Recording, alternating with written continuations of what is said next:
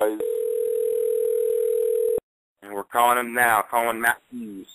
Yep, UFC Hall of Famer. Hello. Matt Hughes, what's going on, man? You're on BJPenn.com radio with Mitch, Ciccarelli, and Bryan. Levick. How's it going? Good. Are we live right now? Yes, we are. Rocking and rolling. How are we doing, guys? Good. How are you? Doing good. I am flew into New Mexico earlier today and driving up to Colorado, and I'm going to go on an elk hunt tomorrow. So that's what's going on with me. You're in nice. You're in Mitch's neck of the woods. Yeah. You're in the Air Force. Where are you? In Albuquerque, right? Yeah, I'm stationed in Albuquerque. Really? I was just in Albuquerque. I'm about 2 hours north of you now. Oh, nice, nice. Yeah, it's pretty nice out here. You know, with the mountains and everything. You know, I definitely love being out here. Yep.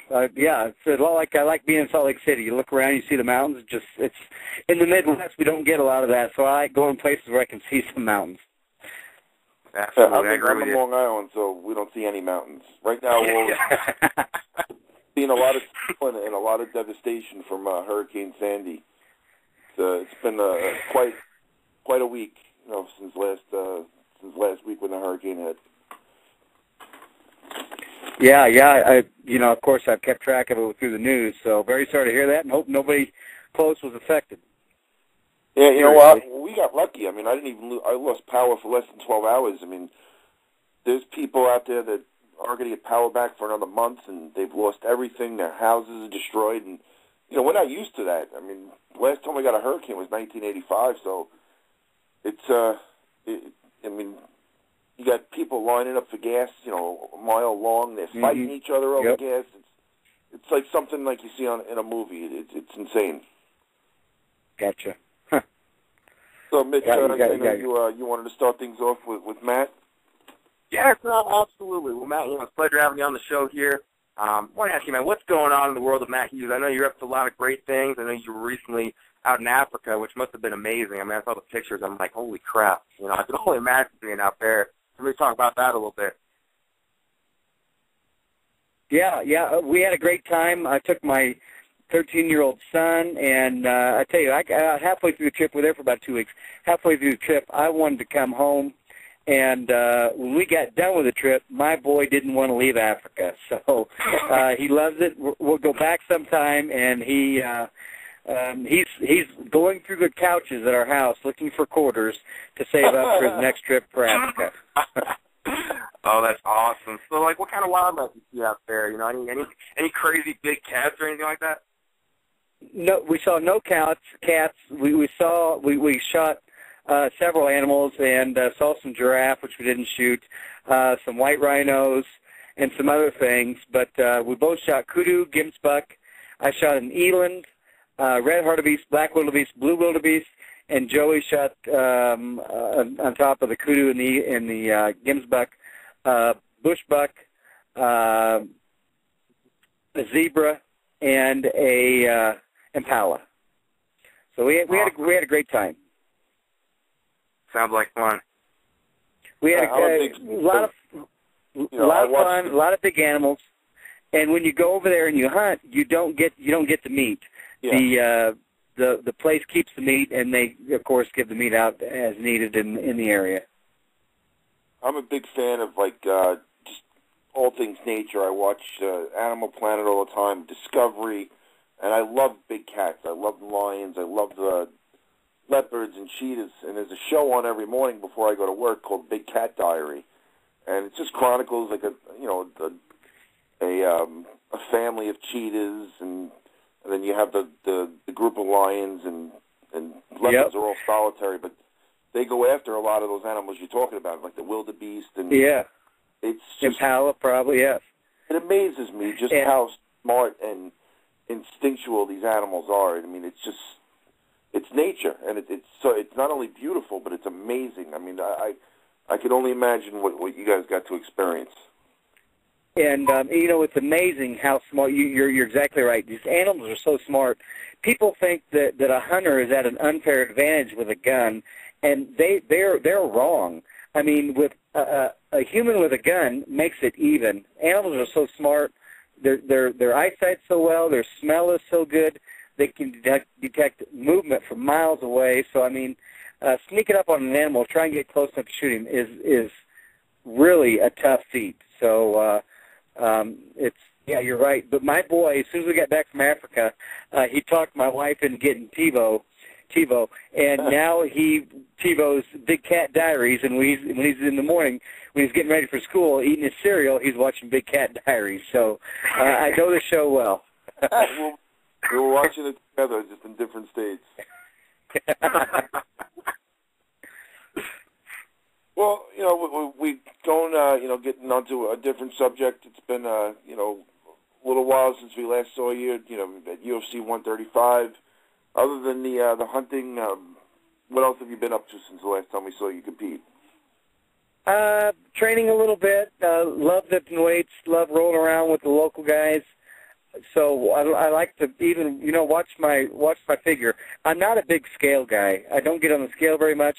What I really go by is what the mirror tells me. So I'm trying to look fit, slim down a little bit, gain a little shoulder and a little back muscle, and look fit. But nothing on the docket for Matt Hughes fighting that I know of. So in that limbo area to where Dana says he really doesn't think I need to fight to prove anything, and doesn't really think I need to fight at all. So I've not retired. But I don't know if I'll get the nod to fight again. So there's nothing right now that could entice you to getting back inside the octagon. It could just be you could wake up tomorrow and get the itch and make a phone call. There has been nothing. Well, UFC has not said anything about fighting anybody, and there's nothing that I've seen or heard on my own that would interest me in fighting really right now. I've always been the guy that. Some people think that us fighters make the fights, and those people really don't know what's going on, because Dana White calls me up, he tells me who to fight, and that's who I fight. I've never called Dana up and said, hey, I want to fight him, or I want to fight him. It's just not how it works. So the way it goes is when Dana calls me, I'll answer the phone, and he'll tell me what's going on. And until that happens, I don't go to the UFC and ask for fights as any other fighter that I know of. It's funny. Well, you talked about that.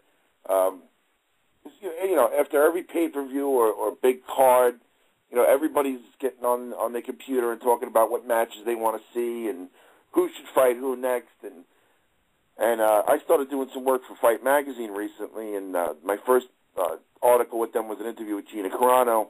And then, I pitched a story to them about a story on matchmaking, because I know that there's so much more that goes into making a fight than just two guys saying they want to fight each other.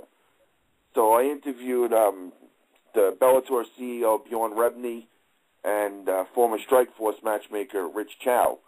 And, it was in last month's edition of Fight Magazine, and just all the stuff that they told me, the meetings and the videotape and the YouTube and the social media, it's amazing how much hard work and how many long hours goes into it. And people don't understand that.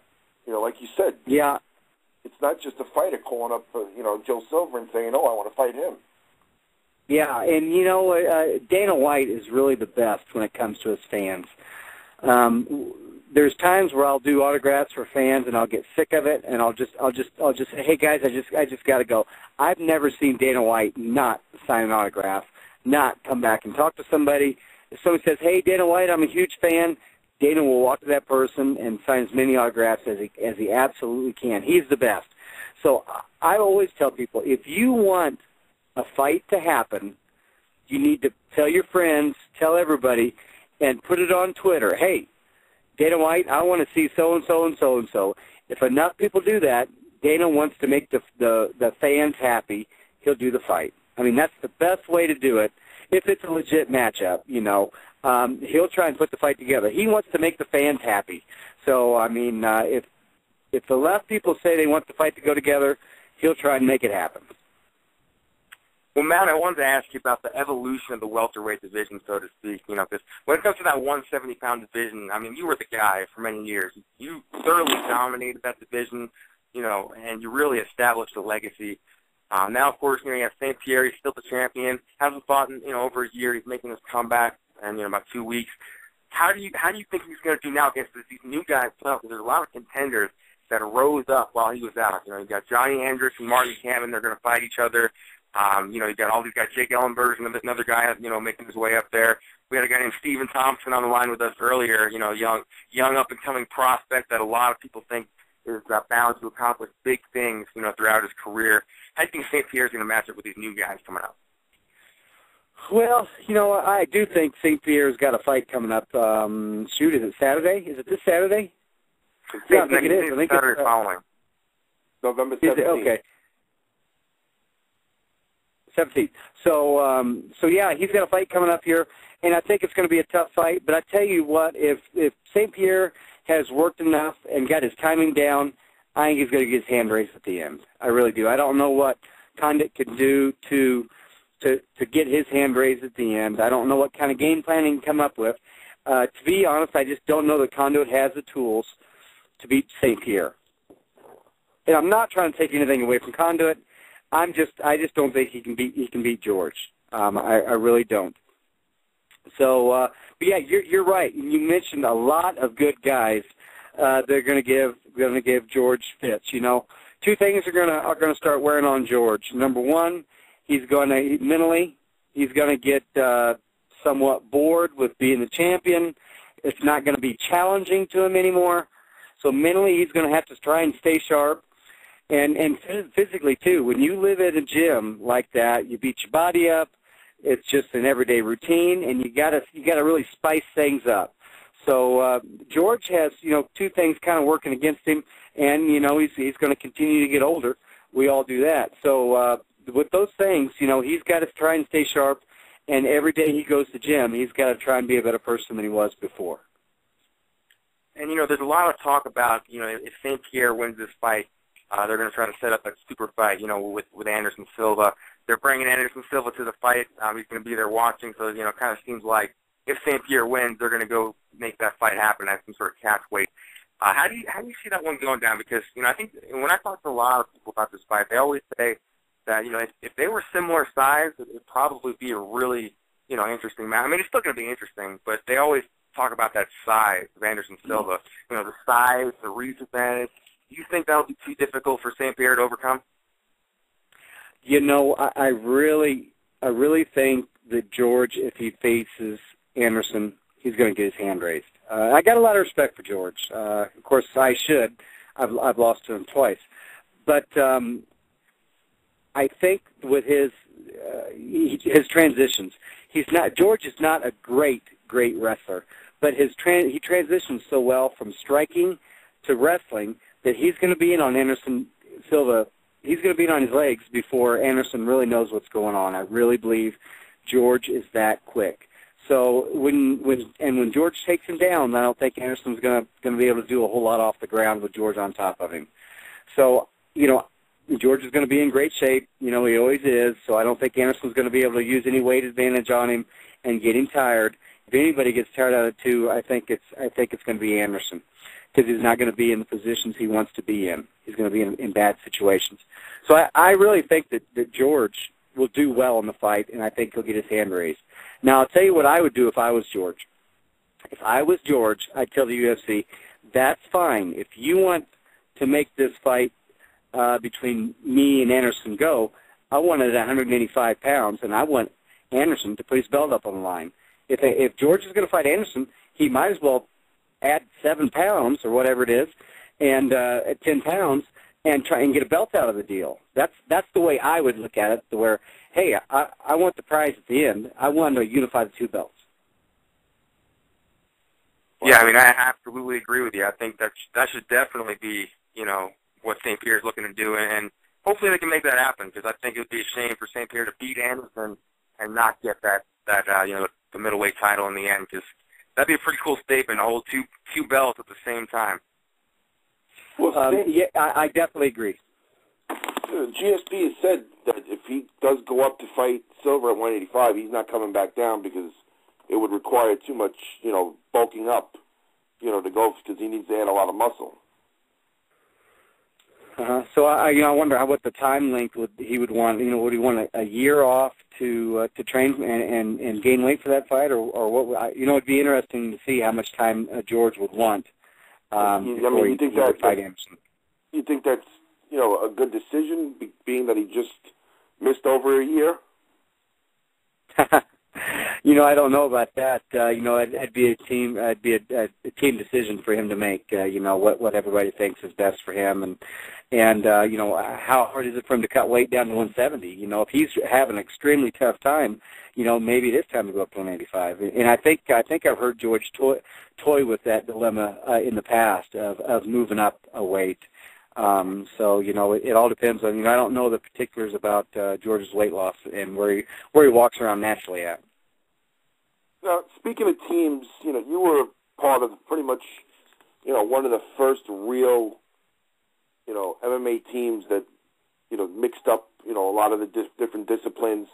Just wanted to get your thoughts on how much Miletich, had an influence on today's teams like Greg Jackson and TriStar and ATT, things like that. I mean, when you were, when you first came up, it really wasn't like that. Now you have all these super gyms. Yeah, I'd say Pat was really the first back in the day to try and combine everything under one house. And, he was one of the first pioneers of actually having a wrestling background, a very good striking background, and then learning submissions very well. So, he was definitely, new in that.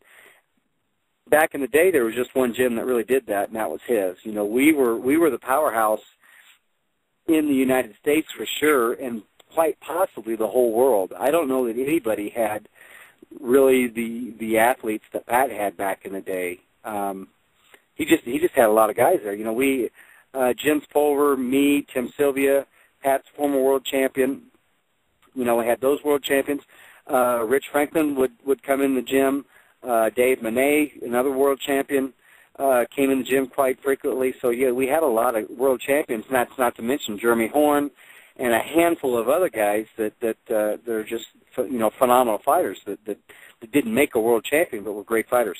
So, I mean, there were a lot of guys in there that did well, and it was all because Pat put the right group of people together. So, Pat, it's amazing what we did back in the day.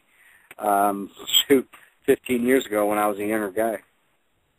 Now, going, back over your career a little bit, you fought the best of the best, obviously. I mean, you never were a guy that turned down any fights, and you got so many classic fights that we could sit here all night and talk about them.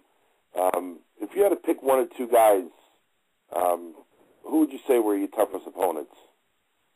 I'd definitely go with GSP and BJ Penn, two guys that beat me twice, and beat me decisively. I always say that my biggest victory was when I beat BJ, because he beat me, and then I came back over that that mental block of him beating me. And, BJ always gives everybody a great first round, gave me a good first round, and I beat him after that. So, it was just a big victory for me, getting my title back and facing BJ. Well, speaking of BJ, I want to ask you your thoughts on his upcoming matchup against Rory McDonald. It was interesting because, he said that he was, going to retire. Then he came back out. Rory called him out, comes back out of retirement. And he's going to fight this young kid that's got a lot of potential and is very dangerous. How do you see this one going? It all depends on what BJ shows up. If the right, and I've been following him a little bit, so I know he's in shape. He's looking great. If the right BJ shows up, he's going to get his hand raised. If the BJ shows up that's gassed after the first round, halfway through the second round, then he could have some problems. But it all depends on who shows up. One thing I've always said about BJ is he will fight anybody. Anybody wants to fight. Doesn't matter what weight class it is. He's fought Machida. He'll fight anybody. If you challenge BJ, you're going to get a response back because BJ will fight anybody. Yeah, he's the true definition of a fighter, no doubt about that. I mean, he'd probably jump up to heavyweight if he could and fight Junior Dos Santos out if that was possible. But, I agree. I also wanted to ask your thoughts on the Ultimate Fighter reality series, because you have a lot of history with that show. You were a coach on season 2 and season 6. Made a couple guest appearances for season 4, I think 5, 2, and 13 when Brock Lesnar was a coach. What are your thoughts on how the series has progressed over the years? And they're doing a lot more now. They're doing a lot of Ultimate Fighters overseas. They had the Cup Brazil. They're doing the Australia versus UK. Do you think this is a good thing, or do you think they're doing a little too many of these shows?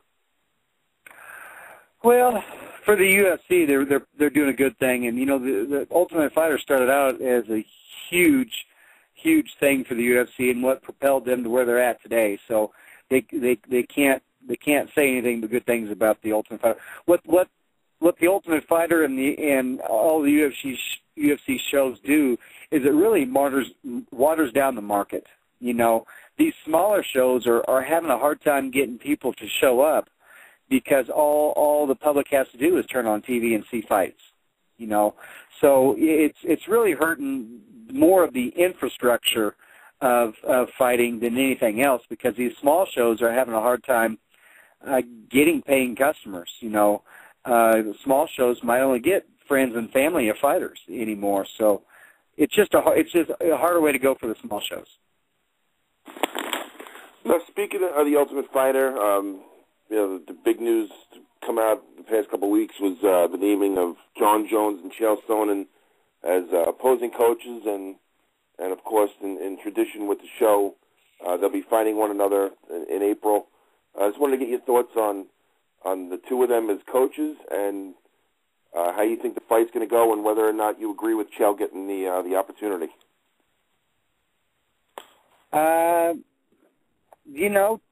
Chael, I don't get to make decisions, so my opinion really doesn't matter. But Chael stepped up and tried to fight Johnny when Johnny was looking for an opponent, and so that means a lot. So now that he stepped up, maybe he should get to fight John. So yeah, I think it makes for an interesting show, to be honest. Chael, he's an interesting guy. So I really don't tune in to the Ultimate Fighter much, just because it's not my type of show.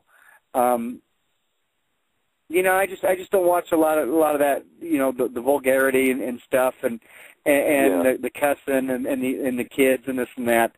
And to be honest, I got 3 kids in house, so if TV's on, there's a good chance it's going to be SpongeBob SquarePants.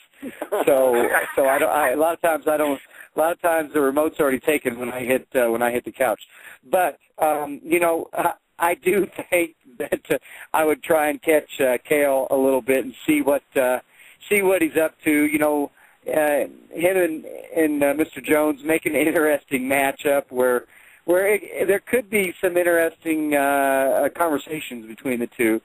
And, I've always said, Chael, maybe he ought to get his own reality show. I mean, he's a pretty interesting cat.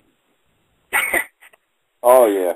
He's funny, but, it's just amazing how, he was quiet when he came back to the UFC, from the WEC. I had interviewed him right before his fight with Damian Maia at UFC 95, and he was quiet and just very, respectful. We had a great interview.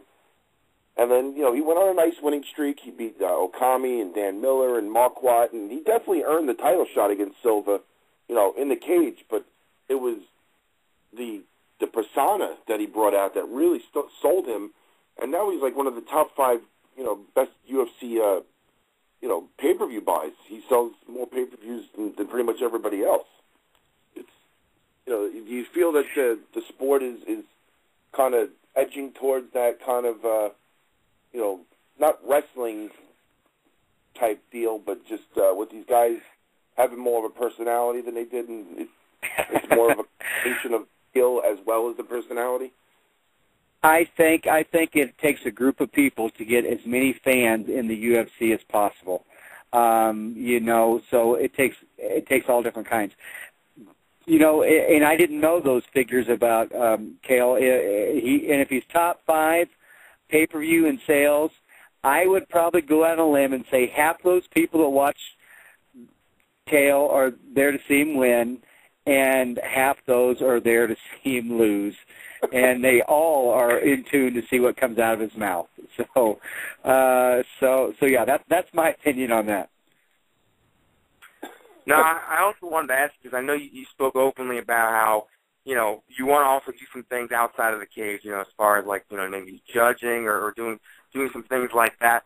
So since we're on the topic of judging, you know, what are some big changes you think need to be made in the judging in this sport? Because there's a lot of real bad decisions we've seen, you know, over the past couple of years. What would you do to change it? Legitimacy. I think these judges need to go through some type of a school. I think they need to get certified. I think judges need to be certified. And watching 100 boxing matches don't do anything for you on the MMA side of things. So, there need to be a pretty good school for judging, because fighters always work to finish the fight. But in some cases, it doesn't happen that way. It goes the whole time, and the judges are called upon. I think fighters need to be relaxed, and the judges are going to give a fair, accurate decision. And more times than not, the judges, I believe, are wrong in my eyes. Now, I might be tainted in that, you know, I might not know what I'm talking about or know what I'm watching, but I think I do. You know, I've reffed over 100 fights, judged, I'm sure, over 100 fights, and fought 50 fights. So I think I know what I'm talking about, and if I can help out with the judges getting some type of certification class or seminar, I would be more than willing to help out in any way I can, because that's the weak spot in MMA in my eyes. Yeah, I mean, I definitely agree with you. You know, and like you said, I seem like I disagree with more decisions than I agree with these days. You know, same with you. So I definitely would like to see some more legitimacy to that. Also want to ask about refereeing, because, you know, refereeing's a tough job. It's all about, you know, you have to be fast with your calls, you know, fast reflexes. You really have to pay attention to what's going on. What are some things you do to improve the refing? Because sometimes we'll see, you know, whether it's a late stoppage or an early stoppage, or, you know, like in the case of your fight with Frank Trigg, they didn't see the shot to the groin, you know, stuff like that. You think that's something we can improve on? Yes. I definitely, you know, of course, it can get improved on, but I don't have that big complaint on reffing as I do the judging. You know, judges need to be decisive, and that was the problem when me and Frank fought the second time. The ref was not decisive. I think he saw what happened, but he just didn't get in there in time, and in that time that he should have got in there, Frank capitalized on the moment and got on top of me, and so the ref didn't stop it because he just wasn't decisive enough. But you know, I would lean more on let the fight go a little longer than a quick stop. I don't like quick stops. But most of the time when the crowd says, "Hey, that was a quick stop," I've seen maybe the eyes roll in the guy's head or this and that. So not a big complaint for me out of the reffing side of things. Although, of course, I agree. You know, we can always do better. But the reffing's not that bad that I see. Yes, there's room for improvement. But when you put the two up against each other, judging and reffing, there's no doubt in my eyes where we need to concentrate our effort at.